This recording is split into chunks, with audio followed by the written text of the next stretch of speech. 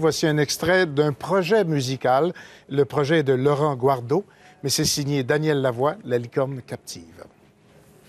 Dans son interminable chute, Icare frôle son père, qui ravale ses larmes, impuissant et amer. La mer ouvre son flanc pour lui donner la mort, puis se referme sur lui, sans regret, sans remords.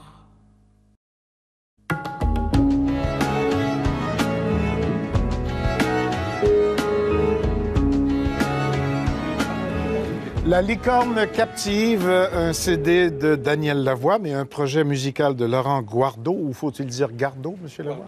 Guardo. Sicilien. Sicilien. Oui, voilà. D'abord, il faut parler du son. Les images sont belles, les images qu'on vient de voir, là, mais c'est le son et il est produit par des instruments peu communs, disons-le comme ça, sur les disques aujourd'hui. Ben, des viols de gambe, on en voit sur des disques de musique ancienne, mais c'est rare qu'on en voit dans un disque de musique contemporaine. C'est un son de peau et de bois. C'est un son très organique, très, très proche, je trouve, du cœur, de l'humain, de la voix humaine d'ailleurs. Donc, c'est quelque chose d'inhabituel et donc peut-être qu'il demande une certaine écoute ouverte pour apprivoiser, mais pour moi, c'est quelque chose d'extraordinaire. C'est une chance, un merveilleux cadeau que Laurent me fait en me permettant de chanter ces chansons avec orchestre, justement avec des viols de gambe.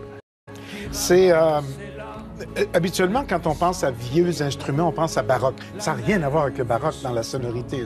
Bien, dans la sonorité, je dirais que oui. C'est-à-dire que ça ressemble à une musique de Renaissance parce que les instruments, on ne les change pas. C'est quand même des tripes d'agneau qui résonnent. Oui. Tout cela reste quand même très organique. Mais l'écriture, la facture est très moderne parce que les harmonies sont contemporaines. Puis certainement, la technique d'enregistrement est très contemporaine parce que le son est extrêmement bien fait.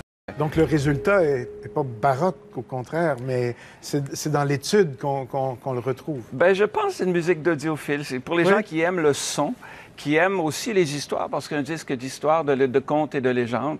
Et c'est certainement un disque qui transporte, qui amène ailleurs. Parlez-moi en plus de ces contes et de ces légendes. C'est un concept, pas seulement dans la musique, mais toutes les chansons finissent dans un concept. Là.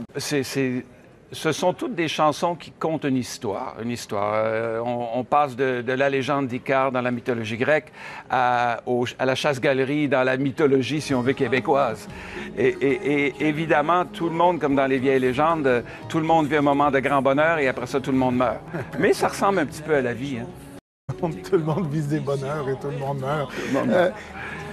Vous êtes laissé... happé par ce projet-là? C'est comme un cadeau que vous vous êtes fait offrir en même temps que vous vous faites? Au départ, j'ai hésité un petit peu, j'avoue, parce que c'était quand même assez surprenant comme approche. Puis après ça, je l'ai vraiment pris comme un cadeau parce que j'ai toujours aimé les choses qui sortent de l'ordinaire et ceci sort complètement de l'ordinaire. Et je me suis embarqué dans cette histoire avec grand bonheur et puis... Je ne m'attendais à rien parce que je ne pensais pas que ça pouvait vraiment plaire à un grand public. Et la preuve n'est pas encore faite d'ailleurs. Mais la réaction a été tellement forte à chaque fois qu'on l'a présenté. D'ailleurs, quand on a présenté à Chant du Monde, qui est une maison de disques, Harmonia Mundi en France, leur réaction était immédiate et sans retour. Et ils voulaient absolument sortir le disque. Ils nous ont fait d'ailleurs un très, très beau disque. C'est pas une comédie musicale, mais en même temps, ça nous donne cette impression. Ça pourrait devenir. Ça peut certainement devenir un spectacle. Oui. Un spectacle avec beaucoup de portraits, d'images, de tableaux. Qu'on voit en écoutant. Là. Mais c'est pas les mêmes personnages, donc c'est pas une comédie musicale comme telle. Il y a énormément de personnages. On passe de Icare à Dédale, à Minos, à toutes sortes de personnages différents. Donc non, ça peut pas ressembler à une comédie musicale, même si, effectivement, il y a beaucoup de tableaux différents. Et spectacle, il y aura?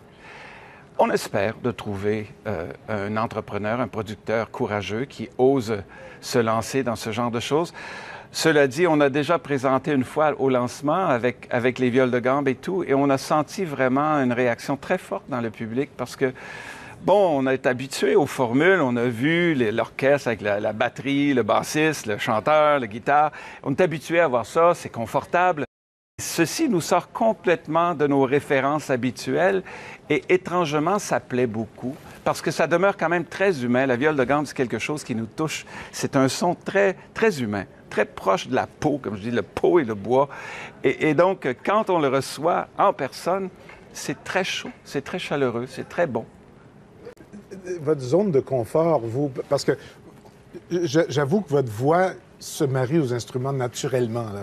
C'est presque comme si vous aviez un nouveau disque que vous sortez, ça aurait pu être ça, sans nous donner toute l'histoire qui va avec.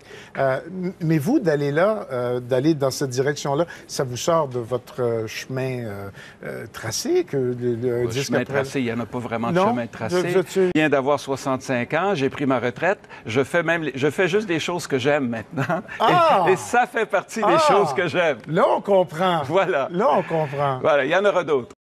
C'est certain. C'est le plaisir de la retraite. Le plaisir de la quête, de la beauté, des belles choses, sans peut-être le carcan du commerce. De toute façon, l'industrie du disque va tellement mal que aussi bien s'aventurer dans des terrains que personne ne connaît, on ne sait jamais, peut-être ça peut marcher mieux. C'est pas juste les instruments qui sont différents sur le disque, c'est l'idée autour, c'est tout ce qui va avec. De toute évidence, ça vous va comme un gant.